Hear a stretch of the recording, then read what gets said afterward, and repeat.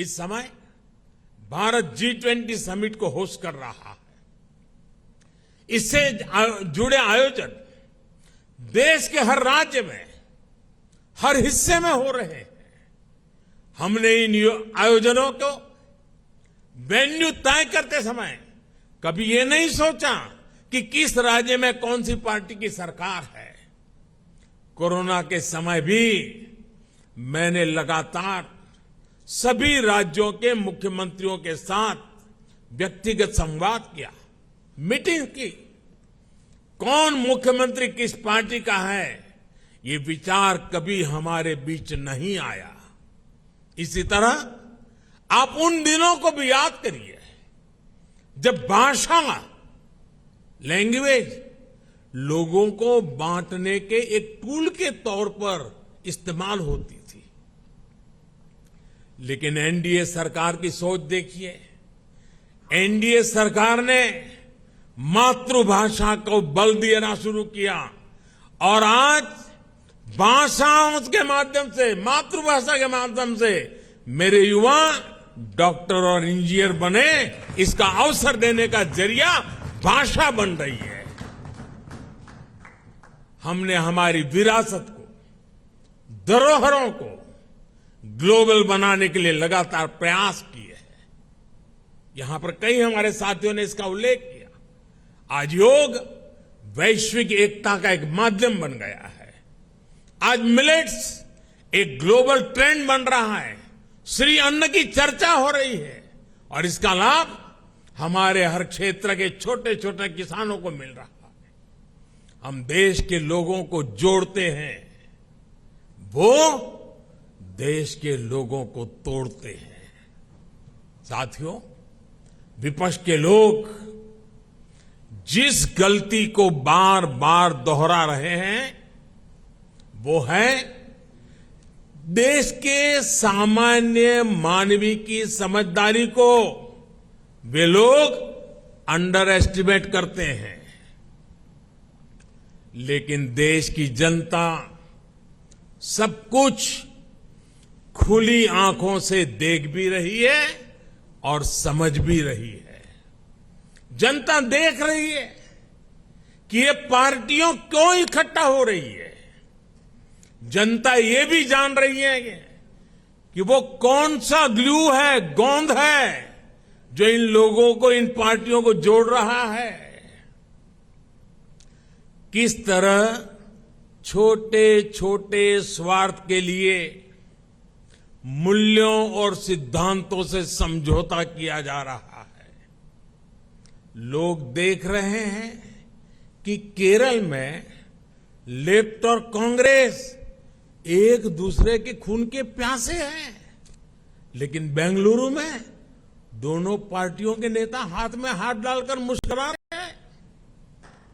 लोग देख रहे हैं कि बंगाल में लेफ्ट और कांग्रेस के नेताओं पर, उनके कार्यकर्ताओं पर टीएमसी हमले कर रही है, लेकिन इनके नेता टीएमसी के खिलाफ कुछ भी बोलने से बच रहे हैं। इसलिए देश के लोग कह रहे हैं कि गलबहियां मिशन नहीं है, मजबूरियां है। इनकी सच्चाई आपको दूसरे राज्यों में भी दिखाई देगी। नेशनल कॉन्फ्रेंस के नेता और पीडीपी के नेता एक दूसरे को कैसी कैसी गालियां देते हैं। आरजेडी और जेडीयू के लोग कैसे कैसे शब्दों से एक दूसरे को नवाजते थे। देश की जनता ने ये सब करीब से देखा है और देख रही है।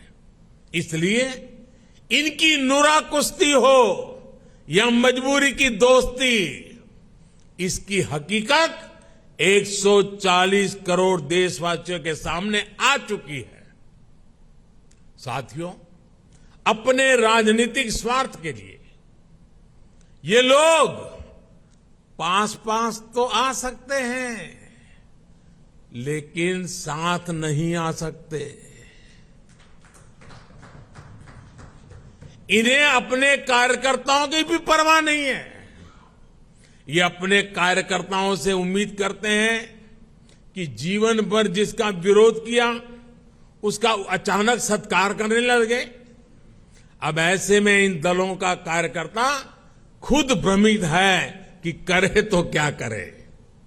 मैं तो आज ये भी कहूंगा कि जो लोग आज मोदी को कोसने के लिए इतना समय लगा रहे हैं, अच्छा होता वो देश के लिए सोचने में, गरीब के लिए सोचने में अपना समय लगाते।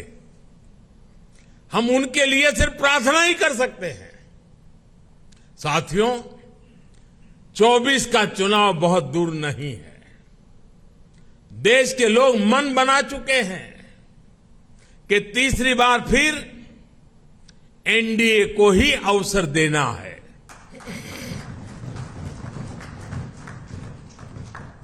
देश का मन आप जानते हैं, लेकिन विदेश का मन भी बहुत कुछ संकेत दे रहा है। आमतौर पर जब भी किसी देश में चुनाव का समय निकट आता है तो उसका बहुत बड़ा असर उसके वैश्विक संबंधों पर भी होता है। हर एक को लगता है कि भाई अब तो चुनाव का वर्ष है, अभी इस सरकार के साथ अभी रहने दो, एक बार चुनाव हो जाए, नई सरकार आएगी तब सोचेंगे। स्वाभाविक है। कोई भी दूसरा देश उस सरकार के साथ जो चुनाव बिल्कुल निकट हो वहां संबंध बनाने से पहले, संवाद करने से पहले 100 बार सोचता है। फॉरेन कंट्रीज हमेशा चुनाव के नतीजों का इंतजार करते हैं। लास्ट ईयर जब होता है तो सोचते हैं कि भाई एक बार चुनाव नतीजा आ जाना तो फिर देखेंगे। जो सरकार जाने वाली होती है उस पर कोई भी देश अपना टाइम और एनर्जी इन्वेस्ट नहीं करना चाहता। लेकिन इस समय भारत का मामला कुछ अलग है। सबको पता है कि हमारे यहां कुछ महीनों में चुनाव होने वाले हैं, फिर भी अनेकों महत्वपूर्ण देश, चाहे अमेरिका हो, फ्रांस हो, ऑस्ट्रेलिया हो, जापान हो, यूएई हो, यूके हो, सब एनडीए सरकार के प्रतिनिधियों को इनवाइट कर रहे हैं। तमाम देश भारत को मान और सम्मान दे रहे हैं। कितने ही देश भारत के साथ बड़े बड़े और वो भी दूरगामी समझौते कर रहे हैं। ऐसा इसलिए क्योंकि वो भी जानते हैं कि भारत के लोगों का भरोसा एनडीए पर है। यानी भारत में जनमत किसके साथ है, ये दुनिया के देशों को भी पता है। साथियों, एनडीए का विस्तार सिर्फ संख्या या भौगोलिक विस्तार का नहीं है। ये भारत एनडीए का जो विस्तार है, ये हमारे प्रति विश्वास का दायरा भी बढ़ा रहा है। जनता एनडीए की हिस्ट्री और केमिस्ट्री दोनों को देख रही है। तभी तो हमारा गणित भी बड़ी आसानी से जुड़ता है। आप देखिए, 2014 में एनडीए को देश ने लगभग 38% वोट दिए थे 2014 में, लेकिन 2019 में हमारे देश सेवा भाव को देखते हुए देश ने हमें 45% वोट दिए। और आपको जानकर के खुशी होगी, इनमें 225 से अधिक सीटें ऐसी थी जो हम जीत करके आए, 225 से अधिक सीटें जहां 50% से अधिक वोट शेयर एनडीए को मिला है। एनडीए का हर सहयोगी जो मेहनत कर रहा है, उससे तय है कि 24 में एनडीए का वोट शेयर 50% से भी ऊपर जाएगा। आपकी मेहनत रंग लाने वाली है। मैं विश्वास से कहता हूं, आपकी मेहनत बेकार नहीं जाएगी। देश की जनता को आपके सबके नेतृत्व पर भरोसा है। पूरे देश में हमारे अनेक साथी एक बड़ी ताकत बनकर उभरेंगे। हम हर भूभाग, हर वर्ग, हर समाज को विकसित भारत के मिशन से जोड़ेंगे। साथियों, हमें विकास के मुद्दे पर ही जनता के पास जाना है। हमारा एक ही लक्ष्य है, विकास, भारत का विकास। भारत के कोटि कोटि लोगों की आशा आकांक्षा ही हमारा एजेंडा है। हम पूरी शक्ति लगा देंगे, हम मेहनत करेंगे, ईमानदारी से काम करेंगे और यही हमारी गारंटी है। और लाल किले से मैंने कहा था, यही समय है, सही समय है। आज देश में एक माहौल बन चुका है।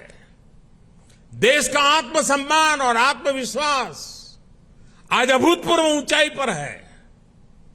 जैसे कोई इमारत बनाने से पहले नींव का निर्माण होता है, वैसे ही पिछले 9 वर्षों में नए भारत की एक मजबूत नींव का निर्माण हो चुका है। इस मजबूत नींव पर हम सभी को नए भारत का, आत्मनिर्भर भारत का, विकसित भारत का निर्माण करके ही रहना है। और आपने मुझ पर इतना विश्वास रखा है, इतना प्रेम बरसाया है, इतना स्नेह किया है। मैं आपको विश्वास दिलाता हूं और आपके माध्यम से मैं देशवासियों को विश्वास दिलाता हूं कि मैं अपने परिश्रम में, अपने प्रयासों में कहीं कोई कमी नहीं रहने दूंगा। मुझसे गलती हो सकती है, लेकिन बदनीयत से मैं दूर रहूंगा। बदनीयत से कोई काम नहीं करूंगा। और साथियों, मेरा जीवन आप देखते हैं, देश देख रहा है। मेरे शरीर का हर कण, मेरे समय का हर क्षण देश को ही समर्पित है।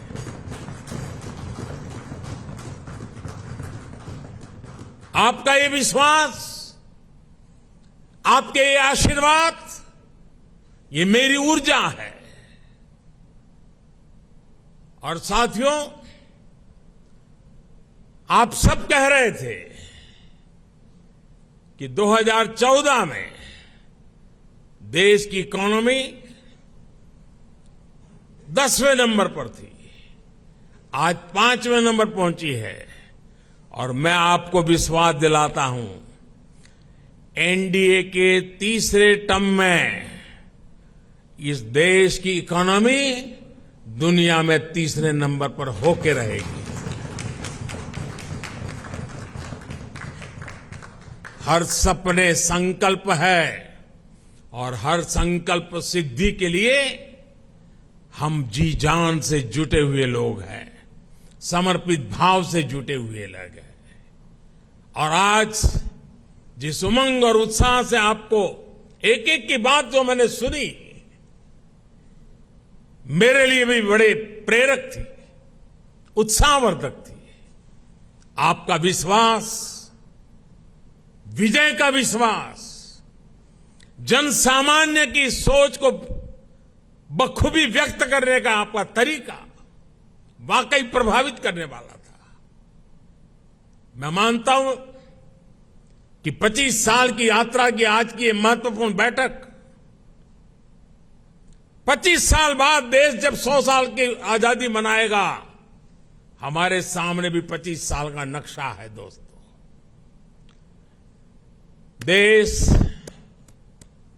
जब अमृत महोत्सव मना रहा है तो हमें सेवा करने का मौका मिला है। और आप लिख के रखिए यही लोग हैं, यही लोग हैं। जब देश 100 साल की आजादी का पर्व मनाएगा, आप ही के परिश्रम से, आप ही के पुरुषार्थ से, आप ही के नेतृत्व से ये संभव होने वाला है, ये मैं साफ देख रहा हूं दोस्तों।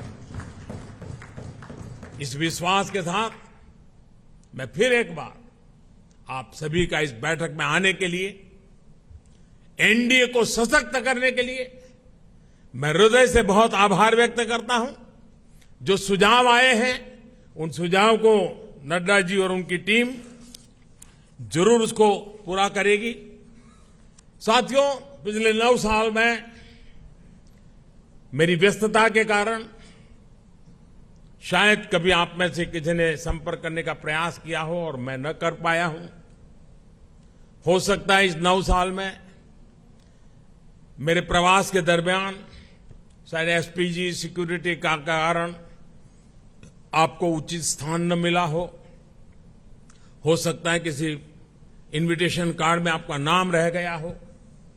9 साल में ऐसा बहुत कुछ हो सकता है, लेकिन आपने कभी भी शिकायत नहीं की, आपने कभी भी मन में बुरा नहीं माना। गलतियां हुई होगी, कभी कभी तो मेरे ध्यान में भी आई है कि कार्यक्रम के बाद पता चलता, अरे वो तो वहां खड़े थे, उनको तो यहां होना चाहिए था। लेकिन उसके बावजूद भी आपका प्रेम कभी कम नहीं हुआ। साथियों, ये विश्वास मेरी बहुत बड़ी ताकत है, मेरी बहुत बड़ी पूंजी है, और आप ही के भरोसे, आप ही के साथ चलने का मुझे एक बहुत अनुभव भी मिलता है, आनंद भी मिलता है। मैं फिर एक बार आप सभी साथियों का हृदय से आभार व्यक्त करता हूं और मैं विश्वास दिलाता हूं कि हम देश की आशा आकांक्षाओं को पूरा करने में एक टीम बन करके, एकता के साथ, एकजुटता के साथ, आत्मविश्वास के साथ, संकल्प के साथ चल पड़ेंगे, विजयी होके रहेंगे। जनता के आशीर्वाद पूर्व बाहर मिलते रहेंगे। अपने कर्तृत्व के कारण, समर्पण के कारण, ध्येय निष्ठा के कारण, जनता के प्रति हमारे लगाव के कारण ये सब संभव होने वाला है। जनता जनार्दन है, जनार्दन में मेरा विश्वास है, उस विश्वास से परिणाम निश्चित है। फिर एक बार आप सबका बहुत बहुत धन्यवाद। नमस्कार। प्रधानमंत्री मोदी का लगभग 50 मिनट का संबोधन एनडीए की मीटिंग के बाद, और उसके बाद उन्होंने सीधे कह दिया कि अब क्या एजेंडा होने वाला है 2024 का। अपने काम गिनाए, अपनी नीयत के बारे में बताया, अपने जो सरकार है उसकी नीतियों के बारे में बताया, और यह बताया कि किस तरीके से एनडीए एकजुट होकर अब चुनाव लड़ने जा रहा है, और यह एकजुटता हमारी ताकत है। उन्होंने जो विपक्षी दल हैं उनके ऊपर भी तंज कसा, उनके ऊपर भी कई आरोप लगाए, कहा कि ये लगभग, अगर ये पूरा मौका देखा जाए तो अवसरवादी हैं, और किस तरीके से ये चीजें सामने लेकर आ रहे हैं, एक दूसरे के साथ ज्यादा दिन तक नहीं रह पाते हैं। लेकिन एक बड़ी बात वो ये है कि अपना 2024 के बाद का भी जो एजेंडा है वो सेट कर दिया। जब उन्होंने देश की इकोनॉमी की बात की, उन्होंने ये भी बता दिया कि अगर मुझसे कोई गलती हो जाए तो माफ कर दीजिएगा, लेकिन मेरी नीयत में कुछ भी गलत नहीं है। ये सीधे तौर पर प्रधानमंत्री मोदी ने अपने एड्रेस में, अपने संबोधन में कहा। और बड़ी बात क्या है, इस संबोधन में, इस लगभग 50 मिनट के संबोधन में प्रधानमंत्री ने जो चीज साफ कर दी वो ये थी कि किस तरीके से एनडीए के सभी दलों को उन्होंने अपने काम के बारे में और इसको लेकर विदेश में जो चर्चा है उसके बारे में जानकारी दी।